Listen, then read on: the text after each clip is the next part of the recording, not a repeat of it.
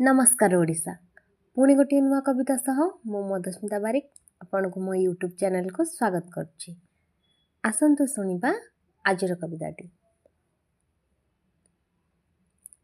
तो रंग को सरी नुहे कला मेघ, तो रंग को सरी नुहे कला मेघ, तो रूप जिणिछि कोटिए कंदर्प, तो चका आखिरे एसारा ब्रह्मांड, तो चका आखिरे एसारा ब्रह्मांड, तो पाई भूमि हुए बड़ दांड, तू इच्छा कले जड़ भी जीवंत, तू इच्छा कले जड़ भी जीवंत, तो ना मरे विष हुई अमृत, तो कृपा थिले सबुता संभव, तो कृपा थिले सबुता संभव, तो इंगितरे सृष्टिर आरंभ, तो निर्देशरे चाले संसार रथ, तो निर्देशरे चाले संसार रथ, तो पाई धन्य एई श्री क्षेत्र, तो देउळे नेत पतित पावन, तो देउळे नेत पतित पावन, तो चरणे समर्पिली मो सारा जीवन, तो चरणे समर्पिली मो सारा जीवन।